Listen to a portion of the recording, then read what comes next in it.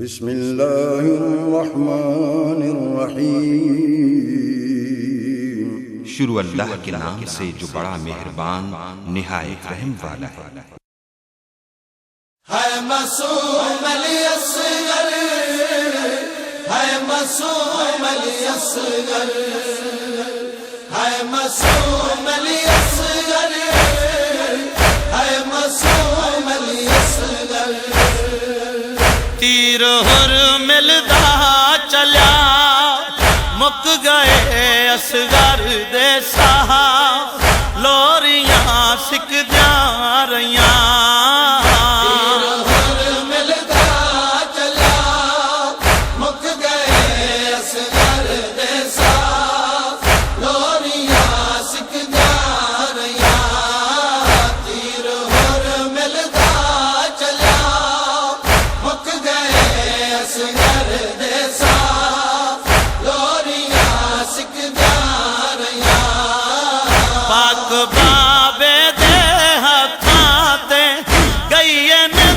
معصوم کواں لوریاں سکدیاں رہیاں۔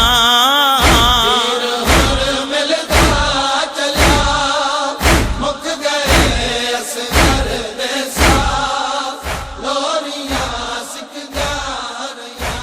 آدھا پیاں ڈٹھا پتار تو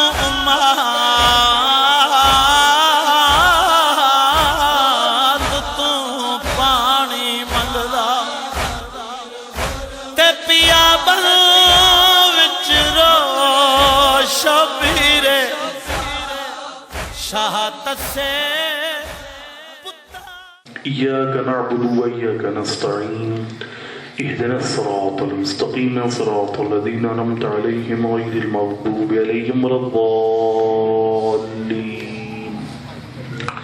بسم الله الرحمن الرحيم قل هو الله أحد الله الصمد لم يلد ولم يولد ولم يكن له كفوا أحد بسم الله الرحمن الرحيم قل هو الله أحد الله الصمد لم يلد ولم يولد ولم يكن له كفوا أحد بسم الله الرحمن الرحيم قل هو الله أحد الله الصمد لم يلد ولم يولد ولم يكن له كفوا أحد بسم الله الرحمن الرحيم قل هو الله أحد الله الصمد لم يلد ولم يولد ولم يكن له كفوا أحد اللهم اغفر المؤمنين والمؤمنات والمسلمين والمسلمات الأحياء منهم والأموات اللهم تابع بيننا وبينهم بالخيرات إنك مجيب الدعوات إنك على كل شيء قدير صلوات بر محمد وآل بيت محمد اللهم صل على محمد وآل محمد وعجل فرج آل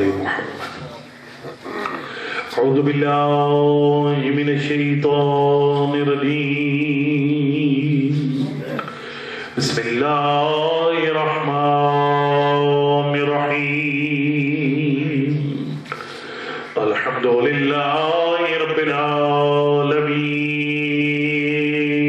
الصلاة والسلام على سيدنا ونبينا وحبيب قلوبنا وطبيب نفوسنا بالقاسم محمد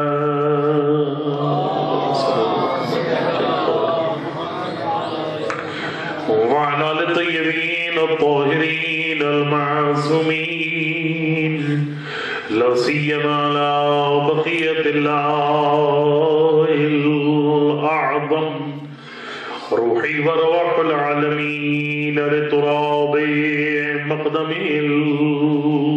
الفداء أما بعد فقد قال الإمام علي بن أبي طالب عليه الصلاة والسلام حق الولد تحسين اسمه والمبالغة في تأديبه واختيار لوالدته صلوات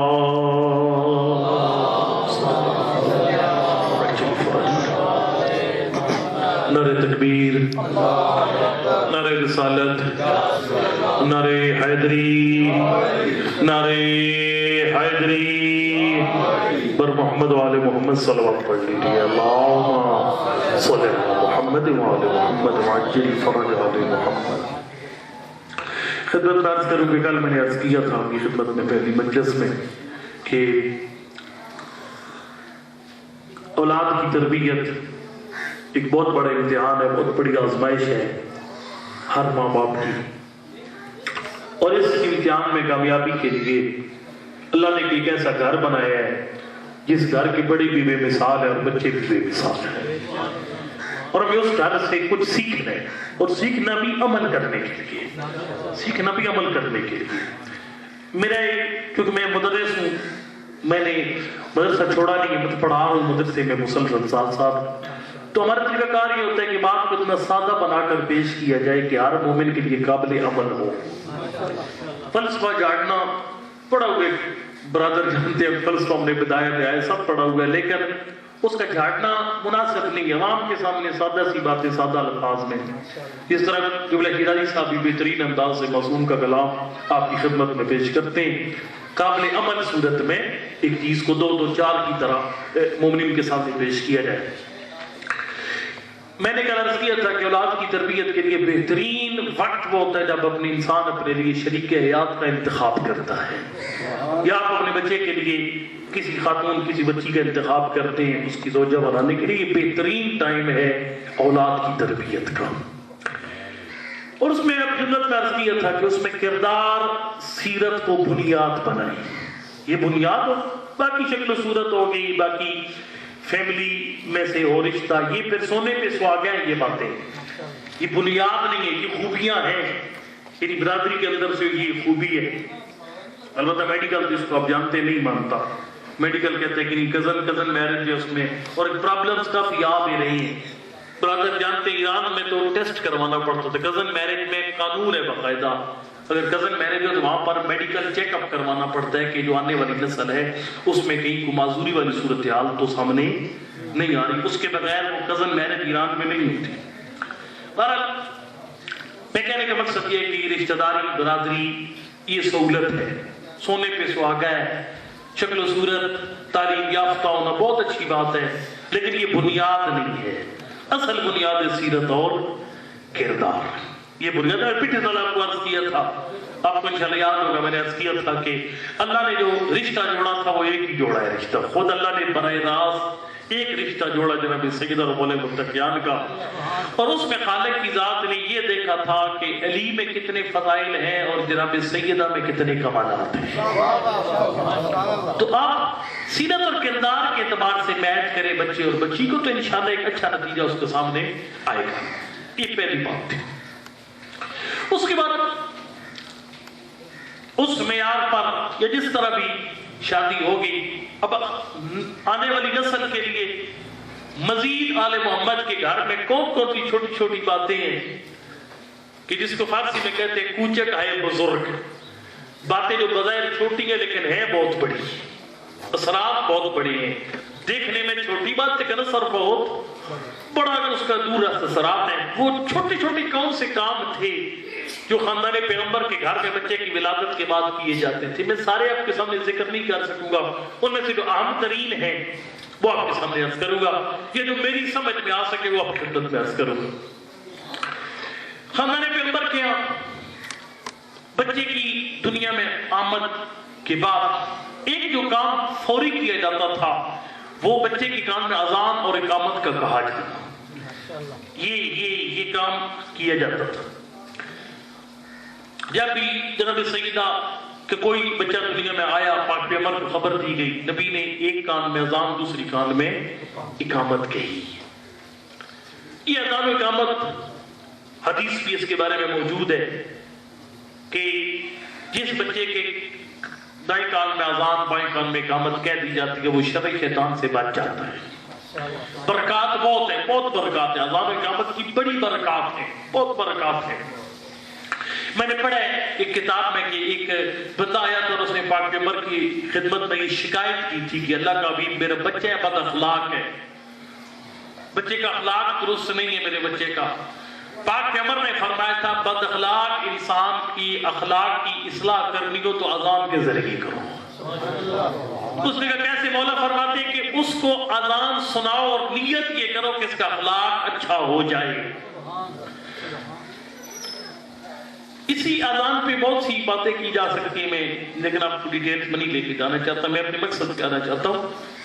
اس اذان کا مقصد کیا ہے؟ سوال یہ کہ کیا وہ بچہ اذان کو سنتا ہے اور سمجھتا ہے؟ بچہ عام طور پر ذہن میں یہی بات آتی ہے کہ بچے کو کیا پتا کہنے والا مجھے کیا کہہ رہے ہیں، لیکن میں آپ کو صحیح بات بتاؤں، روایات اس بات پہ گواہ ہیں اور مشاہدات اور تجربات اس بات پہ گواہ ہیں، بچہ دنیا میں آنے کے بعد تو سنتا ہی ہے، حتیٰ کہ بچہ شکم مادر میں بھی سنتا ہے، سنتا سمجھتا ہے۔ برادر موجود تھے قوم میں، جب وہ چھوٹا ڈاکٹر سے محمد سید طباطبائی کی والدہ، کہا کہ ایسی مائیں پاکستان میں بھی ہوتی۔ ڈاکٹر طباطبائی کی والدہ کا انٹرویو ہوا تھا مصلح قدس میں، اس میں اس خاتون نے، بلکہ وہ انٹرویو تقسیم کیا گیا تھا، ان کا پبلش ہوا تھا انٹرویو، جس میں اس خاتون نے یہ کہا تھا کہ میرا بچہ 5 سال کی عمر میں حافظ قرآن اس لیے بنا کہ جب بچہ میرے شکم میں تھا میں اپنے بچے کی نیت کر کے قرآن کی تلاوت کیا کرتی تھی۔ وہ ماں کی شکم میں بچہ قرآن سنتا تھا، اور پھر کہا کہ جب میں بچے کو جھولا جھلاتی تھی تو قرآن کی لوریاں دے کر جھولا جھلاتی تھی، سلاتی تھی قرآن کی تلاوت کر کے، جگاتی تھی قرآن کی تلاوت کر کے، دودھ دیتی تھی تب بھی قرآن کی تلاوت کر کے۔ یہ نہ سمجھیں کہ بس بچے نے اذان سنی تو اس کو کیا پتا میرے کان میں کسی نے کیا پڑھ دیا، یہ میرے کان میں اقامت کی کیا کہہ دی کسی نے، نہیں، بچہ سنتا بھی ہے اور سمجھتا بھی ہے۔ اب جانتے ہیں شیخ مفید علیہ رحمہ کے 2 شاگرد اور بڑے زبردست شاگرد۔ دیکھیں میں ایک بات بتاؤں، خدا جانتا ہے، بھائی سارے جانتے ہیں، میں پروٹوکول کا قائل کوئی نہیں ہوں، میں آؤں اور 4 بندے میرے آگے 4 بندے میرے پیچھے ہوں، یہ پروٹوکول خود معصوم کو پسند بھی نہیں ہے۔ امیر کائنات جب کوفہ کے بازار میں جاتے تھے 7 بندے چل پڑتے تھے، فرماتے تھے مجھ سے کوئی کام ہے، مجھ سے کوئی کام نہیں، میرے پیچھے نہ آنے کا مقصد، میں پروٹوکول کا قائل نہیں ہوں۔ تشریفات وغیرہ یہ آگے 4 بندے کے 4 پیچھے، لیکن میں خدمت ایک سوال پڑھی محمد علیہ بیت محمد کی ذات پہ،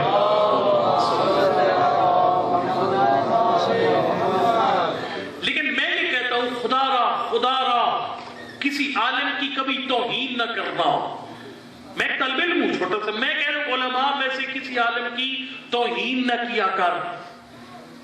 یہ میں اس لیے نہیں کہہ رہا میری عزت کرے میرے ہاتھ میں ایک طالب علم ہوں، لیکن کسی عالم کی توہین نہ کر۔ اس کی وجہ یہ ہے کہ جتنے بھی علماء ربانی ہیں یہ جناب سیدہ کے روحانی فرزند ہیں۔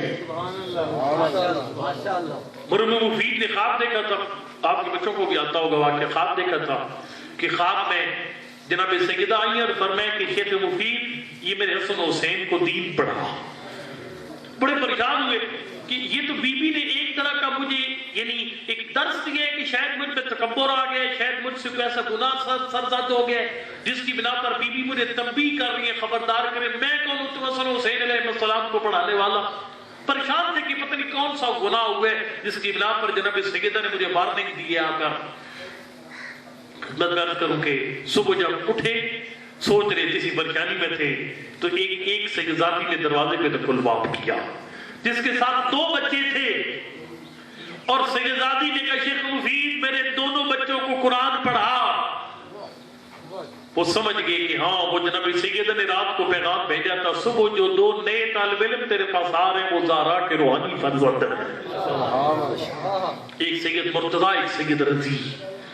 سید رضی جانتے ہیں حدیث میں بہت بڑے ماہر تھے، نجم البلاغہ کے مؤلف، اور سید مرتضیٰ فقہ میں زیادہ ماہر تھے، بہت مہارت کی فقہ میں، وہ فقہ میں اور علم کلام میں بہت بڑا مقام پایا، اور سید رضی نے حدیث میں ایک بہت بڑا مقام اور عظمت پائی۔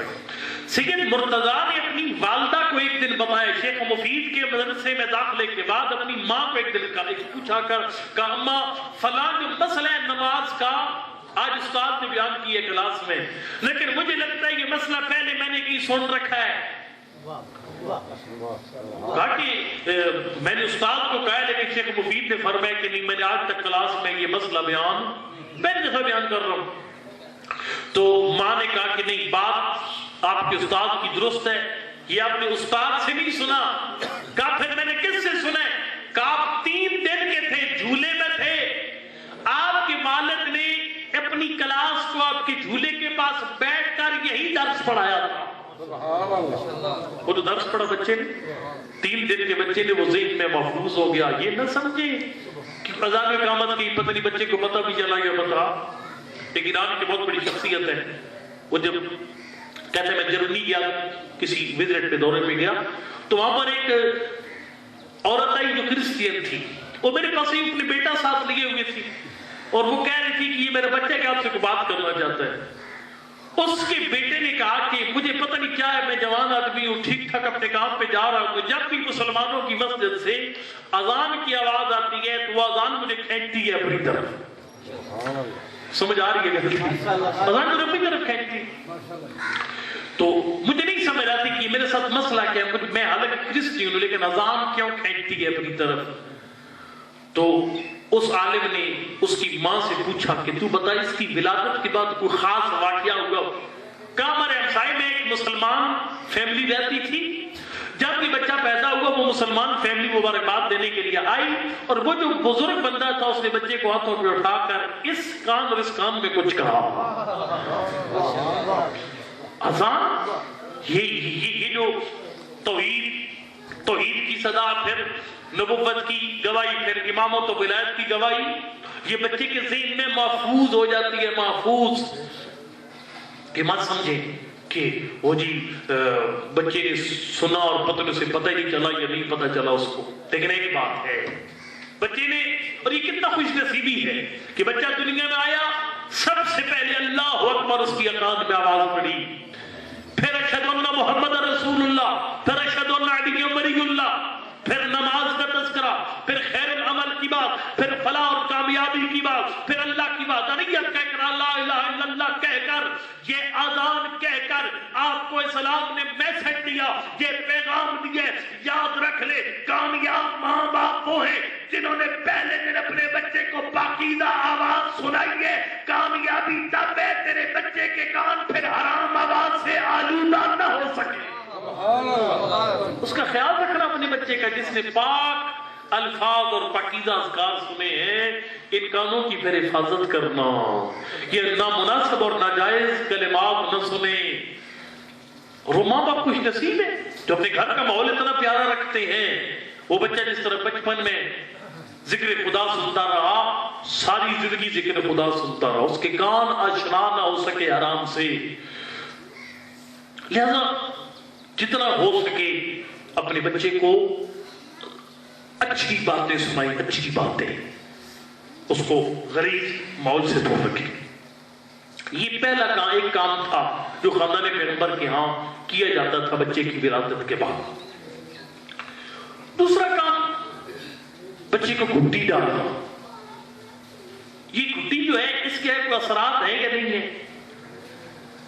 عام طور پر عوام میں بہت ساری ایسی باتیں ہیں جس کی کوئی بنیاد نہیں ہے، لیکن روایات کے مطالعہ سے پتہ چلتا ہے کہ گھٹی کا اثر ہے۔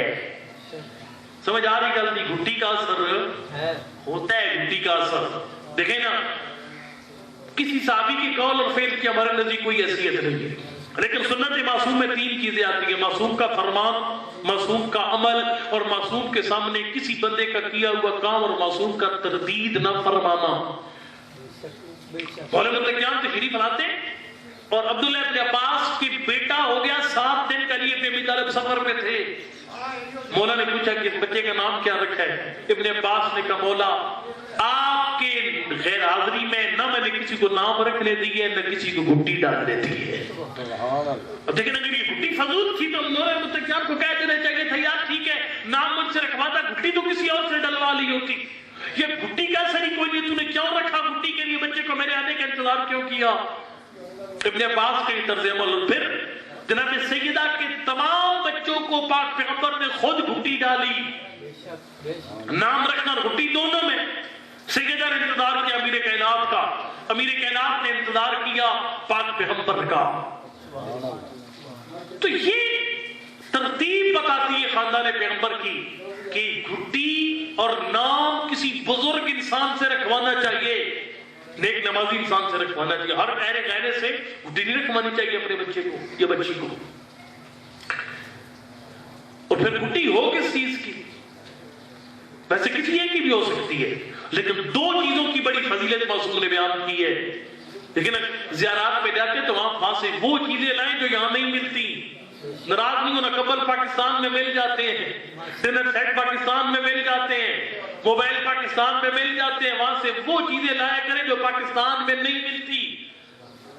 لیکن بندہ خوشاب دے وہاں سے ڈھوڑا لے کر نہ آئے تو وہ بندہ خوشاب یہی کوئی نہیں ہے نا، چکوال یا ریوڑی لے کر نہ آئے.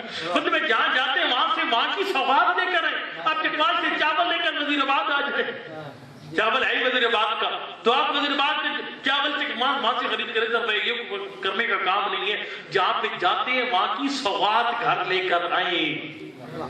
کربلا کی سوغات کمبل نہیں ہے، ڈنر سیٹ کربلا کی سوغات نہیں ہے. کربلا کی سوغات ہے خاک شفا. معصوم نے فرمایا ہنڈے کی اولادکم بتربت الحسین، اپنے بچے کو گھٹی ڈال خاک شفا کی. جب میرے دادا حسین کی قبر کی گھٹی اپنے بچے کو ڈال دے گا فإنہ امان، تیرا بچہ شیطان کے شر سے محفوظ ہو جائے گا. فإنہ امان. اور اس پہ نماز پڑھنے کی بھی کوشش کیا کرے. خاک شفا پہ نماز کوشش کیا کر، خاک شفا پہ نماز پڑھا کر.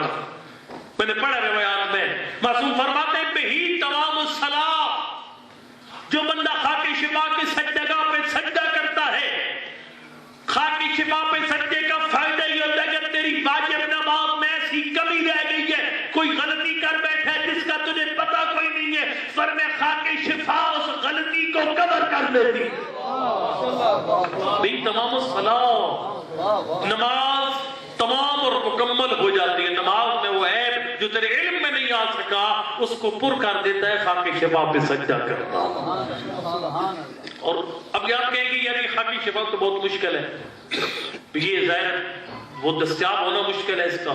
ٹھیک ہے، معصوم نے ایک اور چیز بتائی ہے کربلا کی، وہ لے اور وہ گھٹی کے لیے رکھ دی اپنے بچے کے لیے.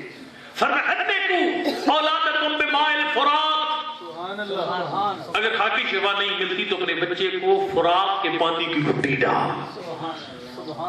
بولے اس کا کیا مقصد، اس کا فلسفہ کیا ہے؟ آقا فرماتے فرات کے پانی میں اللہ نے وہ بات رکھی ہے جو بچہ اس فرات کے پانی کی گھٹی لے لیتا ہے، فرمایا وہ آل محمد کے در پہ آئے بغیر رہ نہیں سکتا.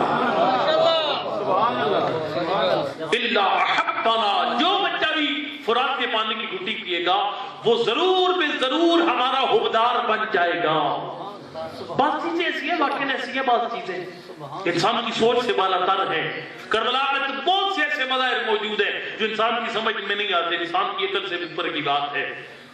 یہ نیمہ شعبان امام زمان رحمہ فی الفدا کی جو ولادت باسعادت کی شب ہے، اس کے بارے میں معصوم نے فرمایا اس رات کو جو بچہ بھی پیدا ہو، مسلمان کے ہاں، کافر کے ہاں، یہودی کے ہاں، نسبی کے ہاں، بریلوی، حیدری، جس کے ہاں جو بچہ بھی نیمہ شعبان کی شب کو پیدا ہوگا، فرمایا وہ در اہل بیت پہ آئے بغیر رہ نہیں سکے گا.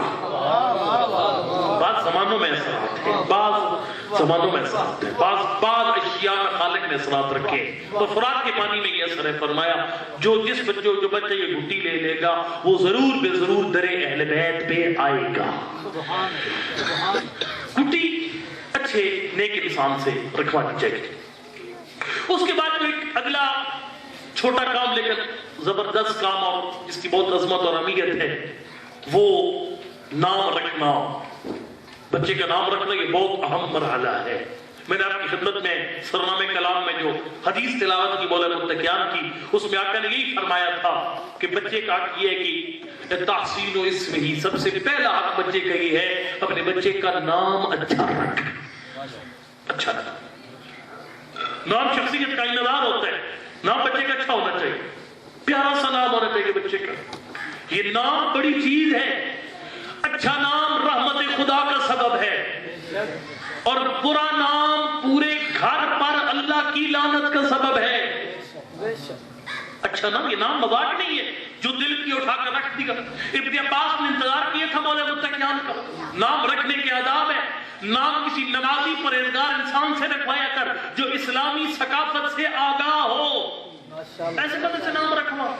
ناراض نہیں ہونا کسی انٹی سے, کسی انکل سے جن کو پتہ ہی کوئی نہیں ہے مسلمانوں کا کلچر کیا تھا, کون سے نام منع ہے شریعت میں. وصلیفیت جلد نمبر 15 ہے, اس میں باب احکام الاولاد میں معصوم امام نے بیان فرمایا کچھ نام ہے جن کو رکھنے کی شیعہ کو اجازت ہی نہیں ہے. میں ایک جگہ پر میں نے ایک حدیث جو مرہ میں پڑھ رہا ہوں اس ایک جگہ پر مجھے بتایا گیا کہ فلاں جگہ پر امام بارگاہ کو متولی اور نام یہ نام نہیں لوں گا, اچھا نہیں آپ کے سامنے نام نہیں لیتا اس کا میں. وہ نام منع, باقاعدہ منع کیا ہوا نام معصوم کی طرف سے. نام مذاق نہیں ہے, نام پہ پھر کر نباتی انسان سے رکھوایا کیجیے. مسافر شام کی دنیا میں آمد اور مولا متقیان کو بتایا کہ اللہ نے آپ کے گھر بیٹی بھیجی ہے, رحمت بھیجی ہے آپ کے گھر میں. علی بن ابی طالب گھر ہے اور سب سے پہلا سوال کیا کہ بما سمیت یاد سویہ, فاطمہ بچی کا نام کیا رکھے؟ فرمایا ما کنت لاسبک کہ یا علی آپ سے پہل کرنا مجھے اچھا نہیں لگا, آپ نام رکھیے. فرمایا ما کنت لاسبک رسول اللہ, میں اللہ کے رسول پہ پہل نہیں کر سکتا. اب دیکھا درجات کے اعتبار سے ہر بندہ اپنے سے افضل بندے کے انتظار میں. فرمایا میں اپنے استاد کا انتظار کروں گا, اپنے استاد کے بغیر نام نہیں رکھ سکتا. جب پاک پیغمبر آئے نبی نے پوچھا بچی کا نام کیا رکھا ہے؟ جناب سیدنا نے فرمایا اللہ کا حبیب میں نے علی کا انتظار کیا. یا علی آپ نے کیوں نہیں رکھا؟ فرمایا میں نے آپ کا انتظار کیا. فرمایا یا علی تو مجھ پہ پہل نہیں کر سکا, سیدہ تجھ پہ پہل نہیں کر سکی. ان ذریت فاطمہ تھا وان کان ذریتی الا ان امرهم الى اللہ, فاطمہ کی اولاد اگرچہ میں محمد کی اولاد ہے لیکن فاطمہ کی اولاد کا ہر کام ان کے رب کے حوالے. مجھے اپنے پروردگار کا انتظار کرنا پڑے گا. بعض روایت میں فرمایا ما کنت لاسبق ربی, یا علی میں اپنے پروردگار پہ پہل نہیں کر سکتا. اس وقت وہی پروردگار ہوئی, جبرائیل آئے, جبرائیل نے کہا یا محمد اللہ یقرأ السلام ویخصک بالتحیۃ والاکرام ویقول انی سمیت ابنتک باسم زینب ولقد کتبناہ لها فی اللوح المحفوظ. اے مصطفیٰ میں خالق نے تیری بیٹی کا نام زینب رکھ دیا, اور فرمایا یہ نام معمولی نام نہیں ہے. زینب کے دنیا میں آنے سے پہلے میں نے لوح محفوظ پہ تیری بیٹی کا نام زینب لکھ دیا تھا. اب غور فرمایا, دیکھیں نا ہمیں کچھ سیکھنا چاہیے اس گھر کی سیرت اور کردار سے. سیدہ علی کے انتظار میں علی کو اپنے آپ سے بہتر سمجھتی ہیں, اور علی نبی کے انتظار میں علی نبی کو اپنے آپ سے بہتر سمجھتے ہیں, اور نبی اپنے پروردگار کے انتظار میں. اس کا مطلب ہے نیک انسان سے نام رکھوانا چاہیے, اور یہ کوئی فضول چیز نہیں تھی. دیکھنا کہ بے مقصد ہوتا ہے کوئی بھی نام رکھ دے, انٹی انکل ماموں پھوپھی کوئی نام رکھ دے. اگر اسی طرح ہوتا ہے نام کا اثر ہی کوئی نہیں ہے پھر کیا ضرورت تھی. یہ گھر حکیم ہے, ان کا کوئی کام بھی حکمت سے خالی نہیں ہے. ہر ہستی کا دوسرا اپنے سے بڑھ کر ہستی کا اعتبار کرنا یہ بتاتا ہے اس میں کوئی رمز اور راز ہے نام میں. اچھا نام رحمت پروردگار کا باعث ہے. دیکھیں میں اور آپ اللہ کی رحمت کی کوئی حد نہیں بتا سکتے, نہیں بتا سکتے. اب آپ نہیں کہہ سکتے اللہ کی رحمت یہاں پہ ختم, اس سے آگے کچھ نہیں ہے. ایک بات طے شدہ ہے, میں نے پتہ نہیں یہاں پہ کہا کہ نہیں کہا, جس بندے کا عقیدہ خراب ہے اس کی آخرت میں نجات کی کوئی امید نہیں. سوال نہیں پیدا ہوتا. بندہ بد عقیدہ توحید نبوت امامت قیامت ان 5 عقیدوں میں سے کہیں پر ایک خرابی کر بیٹھا بنیادی عقائد میں, اس کی بخشش کا سوال ہی کوئی نہیں ہے. باقی اس سے جب پیچھے آئے تو پھر کچھ نہ کچھ گنجائش کہیں نہ کہیں ہاں نکل آتی ہے. میں نے کہا اچھا نام رحمت پروردگار کا باعث ہے, اچھا نام اللہ کی رحمت کا باعث ہے. یہ روایت بات نظر تو شاید آپ پہچان سکے نہیں, عرض کرتا بعد میں کسی اور موقع پہ عرض کروں گا. اچھا نام رحمت خدا کا باعث ہے.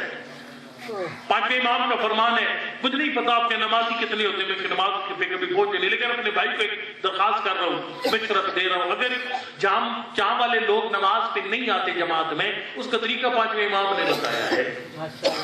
امام علیہ السلام کا دستور تھا، جابر کہتے ہیں جب بھی نماز ختم ہوتی، جو نمازی مسلسل غیر حاضر ہوتا نماز سے، سارے نمازی لے کر اس کے گھر پہنچ جاتے ہیں۔ 3 4 5 600 1000 بندہ دروازے پہ دستک کے خیر ہے بھائی آپ نماز پہ نہیں گئے، وہ بندہ پہ دوبارہ غیر حاضری کا سوچتا ہی نہیں۔ امام علیہ السلام دروازے ایک صحابی تھا تو 3 دن سے غیر حاضر تھا، اس کے دروازے پہ کیا کل باپ جابر کہتے ہیں میں ساتھ تھا، ایک بچہ باہر آیا، فرمایا مصعب کا بیٹا تیرا نام کیا ہے؟ اس نے کہا محمد۔ ماں لقبوں کا تیرا نک نیم کیا ہے، تجھے کس نام سے بلایا جاتا ہے، مشہور نام کون سا ہے؟ اس نے کہا علی۔ اب میں مجمع کہاں سے لے کر اوپر کی جاوردان ہوں؟ ماں باپ نے نام رکھا محمد، بلایا نام علی سے جاتا ہے، جبکہ دونوں لفظ ایک نام کا حصہ سنے۔ جابر کہتے امام کا چہرہ نکھر گیا چودھری کے چاند کی طرح، فرمایا بچہ تو بڑا خوش نصیب ہے، تو نے اپنے آپ کو مضبوط قلعے میں محفوظ بنا لیا۔ فرمایا ان 2 ناموں کے صدقے میں تو بھی شیطان کے شر سے بچ گیا، تیرا سارا گھر شر شیطان سے محفوظ ہو۔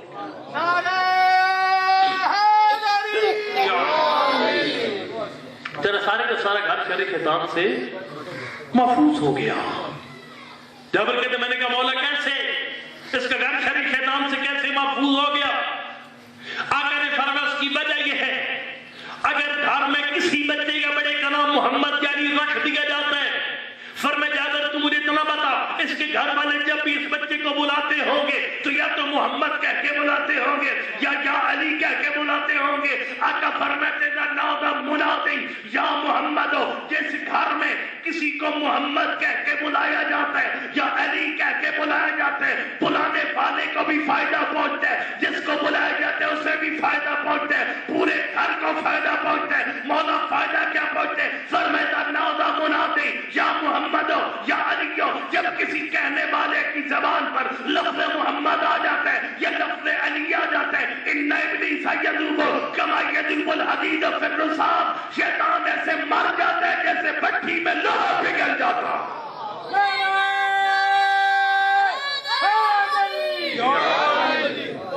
شیطان ایسے مر جاتا ہے جیسے بھٹی میں لوہا پگھل جاتا ہے۔ آخری جملہ اجتماع سے دعا، شیطان ایسے مر جاتا ہے جیسے بھٹی میں لوہا پگھل جاتا ہے۔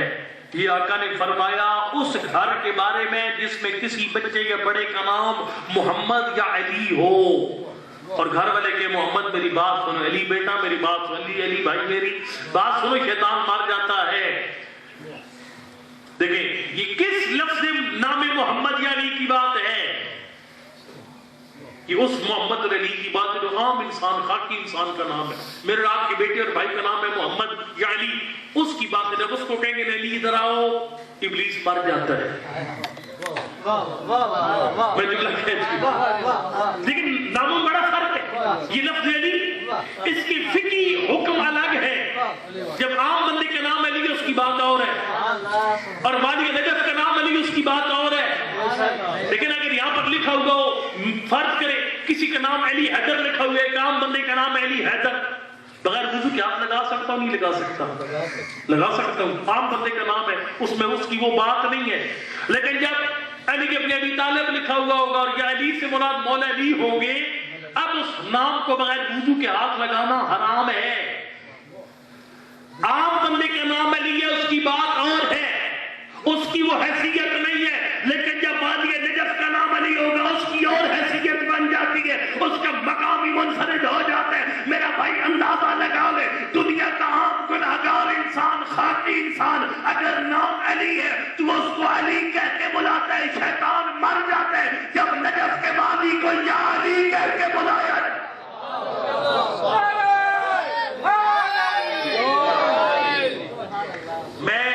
میں آپ کو دیکھیں، مجھے خوشامد کی ضرورت ہی کوئی نہیں ہے، نہ میں خوشامد کرتا ہوں، لیکن میں اپنے دل کی بات کہتا ہوں ہر جگہ پہ۔ میرا ایمان ہے، میرا عقیدہ ہے، آپ بڑی سے بڑی مشکل میں، چونکہ یہ معصوم کا کلام، اس میں ہم ایک وہ مدرسے میں ڈسکس کرتے ہیں مفہوم اولویت، بے طریقے علویت. بھئی ماں باپ کو اف کہنا جب حرام ہے تو گالیاں دینا بے طریقے اولاد حرام ہے. عام انسان کو جب علی کہہ کے بلایا جائے شیطان مار جاتا ہے، اور جب خود نجف کے والی کو یا علی کہا جائے اس کے اثرات کیا ہوتے ہیں؟ میں نے اثرات اس کے دیکھے ہیں. مجھے ہمیں ماؤں نے بچپن سے سکھایا ہر مشکل میں یا علی کہو، ٹھوکر لگے تو یا علی کہو، اچانک کوئی شے سامنے آ جائے تو یا علی کہو، گاڑی کی ایمرجنسی بریک لگاؤ تو یا علی کہو. خدا جانتے ہیں میں نے مشاہدہ کیا گرتے گرتے بھی جب یا علی کا سبب کیا. زندگی میں خالی ایک ایسا وقت تھا جب میرے منہ سے یا علی نہیں نکلا، میں 2 مہینے بستر سے نہیں اٹھا. میں عام گاڑی پہ جا رہا تھا پنڈی، تو گاڑی سے اترا مجھے سمجھ نہیں آئی نیچے میں سڑک، میں نے سمجھا سڑک آ گئی ہے، سڑک دور تھی اور پاؤں ایسا پہ سلپ ہوا کہ 2 مہینے بستر سے نہیں اٹھ سکا. منہ سے یا علی نکلا نہیں ہے. نام علی کے اثرات ہیں. مزید انشاءاللہ ان نام کے اثرات کل عرض کروں گا. آج اتنا کہتا ہوں، جب غریب نے کی نا وطن سے تیاری، ہر ہمدرد نے اپنے انداز سے آ کے میرے مولا کو روکا. ان روکنے والوں میں ایک پاک پیغمبر کی نیک زوجہ کا نام ام سلمہ ہے. ام سلمہ کو پتہ چلا نا حسین نے رخت سفر باندھ لیا ہے. ام سلمہ صاحب کے سارے گئی مولا حسین کے پاس. حسین بیٹا کس ملک کے سفر میں جا رہا ہے؟ فرمایا اماں میں عراق جا رہا ہوں. عراق کا نام ام سلمہ رو کے کہتی ہے حسین بیٹا جدھر بھی جانا ہے عراق نہ جا. اماں کیوں نہ جاؤں عراق؟ رو کے فرمایا تیرے نانا نے فرمایا تو ام سلمہ جب میرے بیٹا عراق جائے گا نا پھر حسین زندہ واپس نہیں آئے گا. ام سلمہ نے جب بھی جملہ کہا نا رو کے فرمایا اماں تو خالی اتنا جانتی ہے نا میں عراق میں مارا جاؤں گا. اماں اگر نہیں تو میں تجھے اپنی مقتل گاہ دکھا دیتا ہوں. اماں میں اپنے اکبر کی بچی لگنے کا مقام جانتا ہوں، وہ جگہ بھی جانتا ہوں جس مقام پر میرے عباس کے بازو قلم ہوگے. میں جانتا ہوں اس مقام کو جس مقام پر میرے ششماہے کو تیر لگے گا. فرمایا اماں اگر تیرے دل چاہے نا میں تجھے کربلا کے میدان کی زیارت کروا سکتا ہوں. میرے آقا نے ید اللہ یاد کا اشارہ کیا. خاک کربلا کی سرزمین بلند ہوئی. رو کے فرمایا ہا ہونا یکون و محط اور عالنا. اما اس مقام پر 2 محرم کو میرے خیمے لگیں گے. اما ہا ہونا قتل رجالنا. اس مقام پر میرے جوان مارے جائیں گے. اما ہا ہونا صلبت نساؤنا. اس مقام پر میری بہنوں کی چادریں لٹ جائیں گے. اجرکم اللہ. ہاتھ کو بڑھایا میرے مولا نے، ہاتھ بڑھا کر مٹھی بھر کے خاک کربلا کی ایک شیشی میں بند کر کے فرمایا اماں ایک شیشی نانا نے دی تھی، ایک اپنے نواسے کی طرف سے رکھ لے. اماں جب تک یہ خاک خاک ہو سمجھنا تیرے حسین کو خیر ہے، اور جب خاک پھول میں بدل جائے سمجھنا تیرے حسین کربلا میں مارا گیا. ام سلمہ کا بیان ہے، فرماتی حسین تو چلا گیا، میں دن میں اٹھ کر دیکھتی تھی خاک خاک ہوتی، خالق کا شکریہ ادا کرتی میرے حسین کو خیر ہے. ام سلمہ کہتی ہے دن گزرتے گئے آ گیا محرم کا چاند نظر آ گیا. ادھر محرم کا چاند نکلا، میری پریشانیوں میں اضافہ ہو گیا. اب دن میں کئی مرتبہ اٹھ کر اس خاک کو دیکھتی ہوں، خاک خاک ہے، مطمئن ہو جاتی ہوں میرے حسین کو خیر ہے. ام سلمہ کہتی ہے آ گیا 10 محرم کا دن، میں اپنے بستر پہ سوئی، نماز ظہر کی ادائیگی کے بعد خواب میں نے رسول اللہ کو دیکھا. نبی کی حالت عجیب ہے، سر پہ امامہ موجود نہیں ہے، آستینیں الٹی ہوئی ہیں، گریبان چاک ہے، سر خاک آلود ہے. من اللہ کا حبیب یہ اپنی کیا حالت بنا رکھی ہے. فرمایا ام سلمہ جاگ، میں بھی ابھی کربلا سے آ رہا ہوں. اللہ میں بھی ابھی کربلا سے آ رہا ہوں. ام سلمہ میرا حسین کربلا میں مارا گیا. ام سلمہ تڑپ کی اٹھی آئی اس خیمے میں، جس خیمے کے اندر جس کمرے کے اندر دونوں شیشیاں رکھی ہوئی تھی. ام سلمہ نے عجیب منظر دیکھا، شیشیوں تازہ خون ابل رہا ہے. ام سلمہ نے ہاشمی عورتوں کو کیا جمع جو بچ گئی تھی. عباس کی ماں کو بلایا، جتنی ہاشمی بیویاں تھی سب کو جمع کیا. اب پرسہ دینے کے لیے کبھی عباس کے خیمے پہ دروازے پہ جاتے ہیں، عباس کا گھر اجڑا ہوا ہے، کبھی اکبر کے گھر کے پاس آتے ہیں، اکبر کے گھر کے دروازے پہ تالے پڑے ہوئے ہیں، کبھی کسی شہید کے گھر جاتے ہیں. جب سارے گھر بند نظر آتے ہیں، یہ ماتمی قافلہ جائے تو کہاں جائے. ساری بیویاں چلی روضہ رسول کی طرف، یا رسول اللہ تجھے پرسا تیرا حسین کربلا. اجرکم اللہ. تیرا حسین کربلا میں مارا گیا، المدین تشریف لے، میں نہیں بٹھانا چاہتا، میری انتہائی قابل عزت شخصیت ہے، وہ کام کرے قبر کی پہلی رات ہو، تیری میری قبر میں تشریف لائے، پاک پیغمبر میرے ایمان نبی تشریف لائیں گے، ہم عرض کریں گے ہم سب کے مرحوموں کی قبر میں آج کی رات تشریف لائیں گے، ہمارے مرحوم عرض کریں گے آقا کیوں تکلیف فرمائی، فرمائے دیکھو میرے نواسے کی محرم کی دوسری مجلس تھی، دونوں نے مجلس سب نے مل کر میرے حسین کی غربت پہ سلام کیا، اس محفل میں تیرا بھائی موجود تھا، تیرا بیٹا موجود تھا، تیرا نواسا موجود تھا، تیری بہن موجود تھی، تیری بیٹی موجود تھی، سب نے کیا سلام، میں مصطفیٰ السلام کا جواب دینے تیری قبر میں السلام علی حسین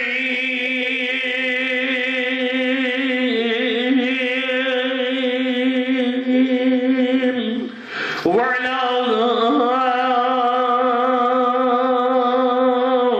علی ابن الحسین وعلی اولاد الحسین وعلی اخوات الحسین. ایک ماتمی جلوس آیا نبی کی قبر پر، یا رسول اللہ تجھے پرسا تیرا حسین کربلا میں مارا گیا، لیکن اللہ جانتا ہے تیرے 12ویں امام نے زیارت نائی میں اس جلوس کی کوئی بات نہیں کی. تیرے امام زمانہ نے ایک اور جلوس کی بات کی ہے، تو شام کو پتہ کر کے روضہ رسول پہ آیا، فرمایا السلام علیکہ السلام علی نائی کا، میرا نانا سلام اس وقت پر جب ایک بی بی نے آ کر تجھے تیرے حسین کی شہادت کی خبر سنا. وہ کون سا وقت تھا جب مسافر شام بی بی شام کو فتح کر کے نانا کی قبر پہ آئی، حالت عجیب ہے میری آقا دادی کی، بدل میں چلنے کی سکت باقی نہیں رہے گی. مولا سجاد نے پھپھی کے ہاتھوں کو پکڑا ہوا ہے، ادھر رسول کی ذریعہ ہی اس وقت زہرا زادی نے کہا سجاد اور میرے ہاتھوں کو چھوڑ دے. اللہ نے مولا سجاد نے ہاتھوں کو چھوڑا، علی کی بیٹی نے زخمی ہاتھوں کے ساتھ نانا کی ذریعہ کی چوکھڑ کو پکڑا، فرمایا السلام علیکہ یا جدہ، یعنی نانا شام کی مسافر بیٹی کا سلام، انی نائیت الیکہ ولدک الحسین، یعنی نانا زینب تیری قبر پر ایک دکھ بیان کرنے کے لیے آئی ہے. علی کی بیٹی نانا کی قبر پہ کون سا دکھ بیان کرے گی؟ اللہ جانتا ہے شرابی کے دربار کا نام نہیں لیا، شام غریبہ کی لوٹ کا نام نہیں لیا، اکبر کی جوانی کا دکھ بیان نہیں کیا، باز کے خالی علم کے آنے کا منظر بیان نہیں کیا. علی کی بیٹی رو کے کہتی ہے نانا تجھے یاد ہوگا جب بھی حسین تیری محفل میں آیا کرتا، نانا تو دوڑ کے اپنے لال کا استقبال کیا کرتا. نانا خالی استقبال نہیں کرتا تھا، اپنے غریب کی قمیض کے بٹن کھول کے سینے کے دو سے لیا کرتا. فرمایا نانا زینب تیری قبر پر دکھ سنانے آئی ہے، نانا 10 محرم کا دن تھا، 70 قدم کا فاصلہ، تیری زینب نے وہ منظر اپنی آنکھوں سے دیکھا، وہ شبر جالس علی صدر الحسین، حسین کا سینہ تھا، اسی سینے پہ شبر سوا. آخری جملہ ہاتھ اٹھا دعا کے لیے، میرے اللہ مجھے نہیں پتا کہ مومن تیرے گھر میں کیا مانگنے آئے، مجھے نہیں پتا کون سا مومن اولاد مانگنے آیا، مجھے نہیں پتا کون سا مومن روزگار مانگنے آیا، مجھے نہیں پتا کون سا مومن بیمار کی شفا مانگنے آیا. میرے اللہ کسی مومن کو خالی ہاتھ نہ اٹھا.